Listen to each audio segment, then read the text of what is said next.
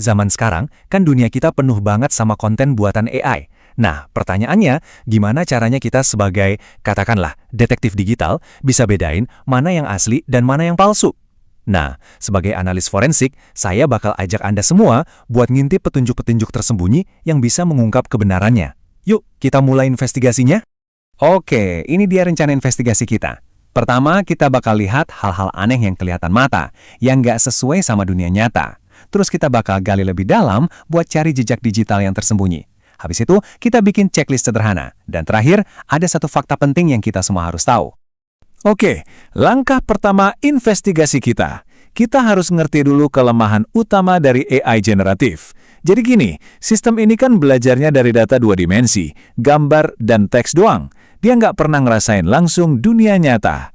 Nah, karena dia nggak benar-benar paham fisika dunia tiga dimensi kita, dia sering banget bikin kesalahan. Disinilah petunjuk pertama kita muncul. Nah, kutipan ini pas banget ngegamarin masalahnya. AI itu nggak ngerti hukum alam.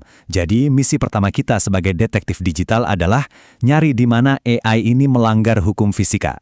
Sesuatu yang mungkin kita anggap sepele sehari-hari. Tapi, ini jadi bukti kunci dalam investigasi kita. Oke, kita mulai dari bukti pertama. Bayangan. Coba lihat deh gambar di kiri. Di dunia nyata, kalau mataharinya satu ya semua bayangan jatuhnya ke arah yang sama, konsisten. Tapi, lihat gambar buatan AI di sebelah kanan.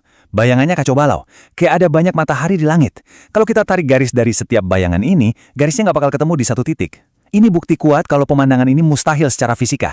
Bukti berikutnya, ini soal perspektif. Coba bayangin rel kereta api. Aslinya kan rel itu sejajar ya, nggak pernah ketemu. Tapi kalau di foto, kelihatannya mereka menyatu di satu titik jauh di ujung sana. Itu yang namanya titik hilang atau vanishing point. Nah, disinilah AI sering banget kepleset. Garis-garis yang harusnya lurus dan ketemu di satu titik, malah melenceng kemana-mana.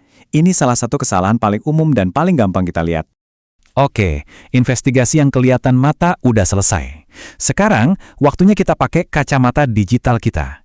Kita beralih dari yang kelihatan ke bukti yang sembunyi di dalam kode dan datanya. Tapi, gimana kalau gambarnya kelihatan sempurna banget secara fisik? Nggak ada yang aneh. Apa kasusnya selesai? Tentu aja enggak. Justru di sini investigasi kita masuk ke level yang lebih dalam lagi. Kita bakal periksa bungkus digitalnya. Analogi ini pas banget loh. Coba deh, pikirin kalau kita beli barang. Kotak dari Apple misalnya, itu kan punya desain dan rasa yang khas. Beda banget sama merek lain. Nah, di dunia digital juga gitu. Setiap software dan hardware, entah itu kamera, Photoshop, atau generator AI, punya cara ngebungkus data yang unik dan beda-beda. Artinya, foto dari HP kamu itu punya sidik jari digital yang beda sama gambar buatan Midjourney atau yang diedit di Photoshop. Yang dilakukan ahli forensik itu ya ini. Mereka bedah struktur data di dalam filenya, entah itu JPEG atau PNG. Mereka cari pola kompresi dan metadata buat nentuin bungkus ini cocoknya dari kamera beneran atau jangan-jangan dari generator AI.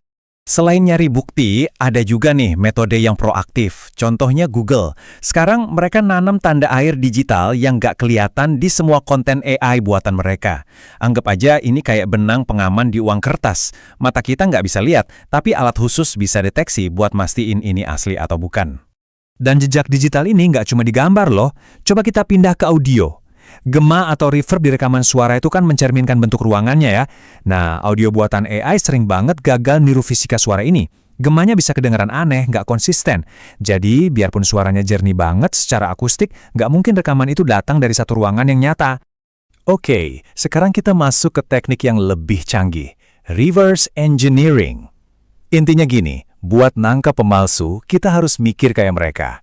Kita bongkar cara kerja alat yang mereka pakai, biar kita bisa nemuin sidik jari unik yang mereka tinggalin. Contoh paling gampangnya, itu video deepfake, tukar wajah. Banyak banget tool yang kerjanya itu nempelin wajah baru di dalam semacam kotak tak terlihat. Mata kita sih nggak bakal bisa lihat kotaknya. Tapi software forensik bisa nemuin jejak-jejak digital super samar dari proses penempelan ini. Dan itu bukti mutlak kalau udah ada manipulasi. Oke, tadi kan kita udah dalam banget ya bahas forensik digital. Sekarang kita tarik jadi sesuatu yang praktis buat kita pakai sehari-hari. Anggap aja ini bukan alat buat ngebuktiin sesuatu 100%, tapi lebih kayak checklist tanda bahaya buat kita pribadi.